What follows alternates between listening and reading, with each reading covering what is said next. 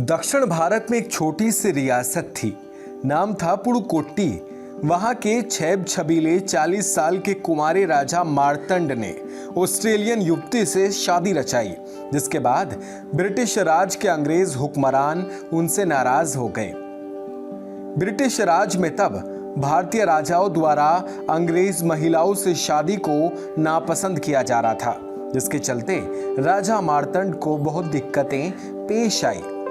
British राज इस बात के हमेशा खिलाफ रहता था कि कोई भारतीय राजा विदेशी महिला, खासकर किसी अंग्रेज से शादी करे, लेकिन इसके बाद भी कई राजा महाराजाओं ने ऐसा किया। पहली बार किसी अंग्रेज महिला से शादी करने वाले राजा दक्षिण भारत की एक छोटी सी रियासत पुडुकोट्टी के मार्तंड थे। हालांकि ये शादी करने के बाद उन्हें न केवल अपनी राजगद्दी गंवानी पड़ी, बल्कि जीवन का पूरा हिस्सा विदेश में गुजारना पड़ा। राजा मार्तंड के पास पैसे की कोई कमी नहीं थी।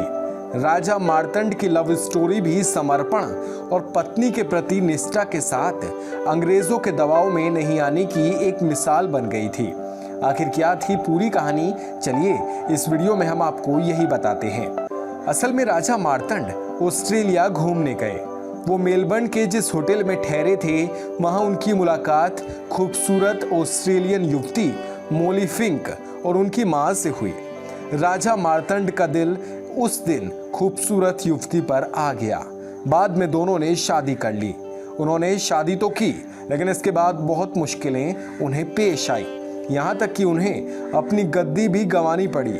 देश छोड़कर फ्रांस में जाकर बसना पड़ा, लेकिन फिर भी वो अंग्रेजों के दबाव में आकर अपनी अंग्रेज पत्नी को छोड़ने को तैयार नहीं हुए। अंग्रेजों का असल में उस समय नियम था कि कोई भी राजा किसी भी अंग्रेज महिला से पहली शादी नहीं कर सकता, क्योंकि वो मानते थे कि अंग्रेज महिला अगर पहली महारानी बन जाएगी तो उससे हुई संतान उत्तराधिकारी बनेगी।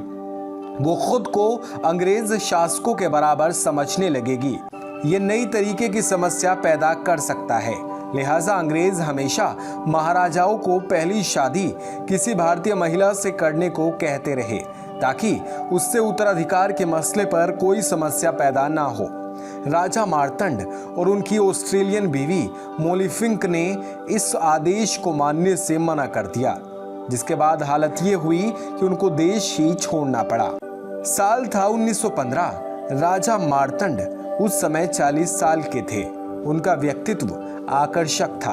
उन्होंने तय किया हुआ था कि वो अपने देश की किसी महिला से शादी नहीं करेंगे। उन्हें पहले एक अमेरिकी महिला पसंद आई, उससे बाकायदा शादी भी हुई, लेकिन अंग्रेजों के दबाव के चलते इसे तोड़ना पड़ा। कुछ सालों बाद राजा मार्तंड ऑस्ट्रेलिया गए। वो जिस होटल में ठहरे, उसी में पहली बार वो मोली फिंक से मिले। मोली संपन्न परिवार की थी। उनके पापा बैरिस्टर थे। हालांकि पिता के निधन के बाद परिवार उस होटल के पास एक अपार्टमेंट में ही रहने लग गया था। मोली सुंदर थी और बुद्धिमान भी। राजा मोली पर फिदा हो गया। मोली का दिल भी राजा मार्तंड पर आ गया। राजा ने माँ बेटी को मेलबर्न के एक होटल में खाने का न्योता दिया। माँ को भी मार्तंड अच्छे लगे। जब राजा ने उनकी बेटी मोली से शादी का प्रस्ताव दिया, तो मोली की मां को कोई आपत्ति नहीं थी। दोनों वापस पुडुकोट्टी की रियासत आ गए। वहां उन्होंने शादी की। इसमें बहुत खुशियां मनाई गई। हालांकि अंग्रेजों ने इस शादी का कार्ड छपने नहीं दिया। शादी में भी रोड़े अटकाए गए, लेकिन इन सब के बावजूद भी राजा मार्तंड ने शादी कर ली। मोली फिंक सुंदर थी। भारत से जाने के बाद उसने ऑस्ट्रेलिया में बेटे को पैदा किया। फिर राजा और मोली फ्रांस में जाकर हमेशा के लिए बस गए। अंग्रेजों को राजाओं के विदेशी महिलाओं से शादी का कार्ड छपवाने पर ऐतराज होता था। राजा मार्तंड के केस में भी ऐसा ही हुआ। अंग्रेजों ने इस शादी को मानने से इनकार कर दिया।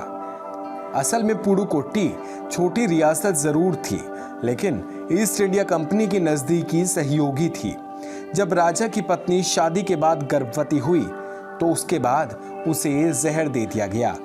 किसी तरीके से उनकी जान बच पाई, जिसके बाद राजा को अपनी बीवी के साथ विदेश जाना पड़ा। ऑस्ट्रेलिया में ही राजा की पहली संतान हुई। हालांकि राजा को राजगद्दी अंग्रेजों के विरोध के चलते छोड़नी पड़ी। उसने उत्तराधिकार छोटे भाई को दिया। बाद में अंग्रेजों ने मार्तंड और मौली के बेटे को राज्य का असली उत्तराधिकारी मानने से साफ इनकार कर दिया। साल था 1920। मार्तंड अपनी बीवी और बेटे के साथ फ्रांस के केन्स में जाकर रहने लगा तो वहां की सोसाइटी का वो खास अंग बन गया। वहां की पार्टियों की शान होती थी। राजा के पास बेशुमार धन था, साथ ही उनके अपने राज्य से उन्हें काफी धन जो था वो सालाना पेंशन के रूप में मिलता था। बड़ी बड़ी हस्तियां राजा मार्तंड की फ्रांस में दोस्त बन गई थी। 1928 में मार्तंड का देहांत हो गया। तब उनकी बीवी मौली चाहती थी कि उनके पति का दाह संस्कार उनकी रियासत पुडुकोट्टी में ही हो, लेकिन अंग्रेजों ने उसकी अनुमति नहीं दी। फिर राजा का दाह संस्कार लंदन में ही हिंदू रीति रिवाजों से हुआ। आज भी लंदन के भीतर राजा का स्मारक बना हुआ है। राजा के निधन के बाद पहले तो मौली केन्स में रहती रही, फिर वो लंदन में आकर रहने लगी। बाद में कानूनी तौर पर दिक्कतों के चलते राजा का बेटा अमेरिका का नागरिक बन गया। राजा मार्तंड की बीवी जो थी मौली, उनका निधन भी 1967 में फ्रांस के केन्स शहर में हो गया। तो दोस्तों, ये थी वो कहानी जिसने अंग्रेजों के सामने झुकने से मना करने वाला एक शासक परेशान रहा, हताश रहा, लेकिन इसके बावजूद भी उसने हिम्मत नहीं हारी और वो अंग्रेजों के खिलाफ लड़ाई लड़ता रहा। आपको ये कहानी कैसी लगी प्लीज़ कमेंट सेक्शन में हमें ज़रूर बताइएगा। वीडियो अगर आप यूट्यूब पर देख रहे हैं तो चैनल को सब्सक्राइब कर सकते हैं, फेसबुक पर देख रहे हैं तो पेज को लाइक कर सकते हैं। शुक्रिया।